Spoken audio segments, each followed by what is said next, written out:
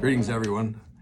Dr. Brian Scott with you. We're sharing insights to the end times. Where are we on God's timetable as we approach the end of time as this earth knows it? We're getting very close to the end. Yesterday, we were looking at the 13th sign in 2 Timothy chapter 3, which are talking about the signs indicative of the perilous times that are here. Not coming, but they're here. And we were looking at the term fierce or brutal. We looked at the definition, that it's cruel and harsh and fierce and vicious and violent and uncivilized. I was giving you some statistics on young people and the amount of violence they're watching on television. I don't know too much about video games, but I do know this from reading and studying some of the video game reports that the majority of children and teenagers select what they call fantasy violence games. Those are the #1 big bestsellers. These games are so similar to real combat that military experts make this statement that they are teaching the kids to kill and to like killing. The games are set up on a basis that you get points every time you kill somebody. This is bad news. We're training our kids this way. Let's look at some other statistics. Today's music, a lot of it is rap music. It's filled with violence. It reinforces this violence exposure that we're talking about. Most teenagers, average teenagers, have listened to over 10,000 hours of music from their 7th to 12th grades. A good portion of that's violent. It's got a lot of stuff in it that's very suggestive. So if you are getting violence shown to you on the TV, on the video games, through the music and so on, what's going to happen? You're going to become a violent person.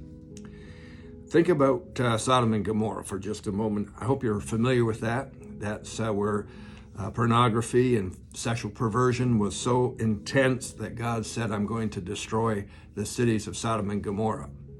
Lot was Abraham's nephew.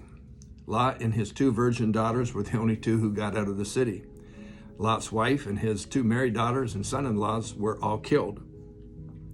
Now, the thing that really, really is amazing to me is 2 angels came to talk to Lot. They came into his house. Some of the men from the city came and they were homosexuals. And they knocked on Lot's door and requested that the 2 men be sent outside so they could have their way with them. I hope you can connect the dots there. Lot said, no, I can't do that. But here's what Lot said. He said, I've got 2 virgin daughters. I'll send them out to you. They said, no, we don't want them. We want the men. Lot was going to send his 2 pristine daughters out to these men to be used however they wanted to sexually accost them. Wow. Talk about being desensitized. Tremendous desensitization. I should try that word again. Desensitization. Yeah, better. Let's talk about another area of violence that has overtaken our world. It's abortions. Some statistics I came across are as follows.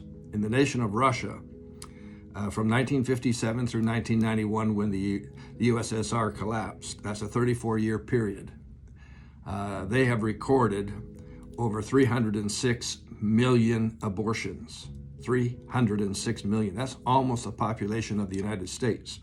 In the nation of China, from 1971 to 2020, that's 49 years, almost 50 years. They've aborted just under 490 million. That's the population of the United States, Mexico, and Canada combined, the entire population. The United States, since 1973, with the Roe versus Wade decision, have aborted 62 million babies. So when you add these all together and add all the other countries, from 1980 through 2020, a 40-year period, there have been over 2 billion abortions. Folks, that's 125,000 abortions a day. We're talking about a wicked, cruel, fierce, violent society. The most violent society that's ever existed. And it's normal. We're desensitized to it. Atrocious. It's a sign of the end times. We're in perilous times. Thanks for joining me. I'll see you tomorrow. Amen.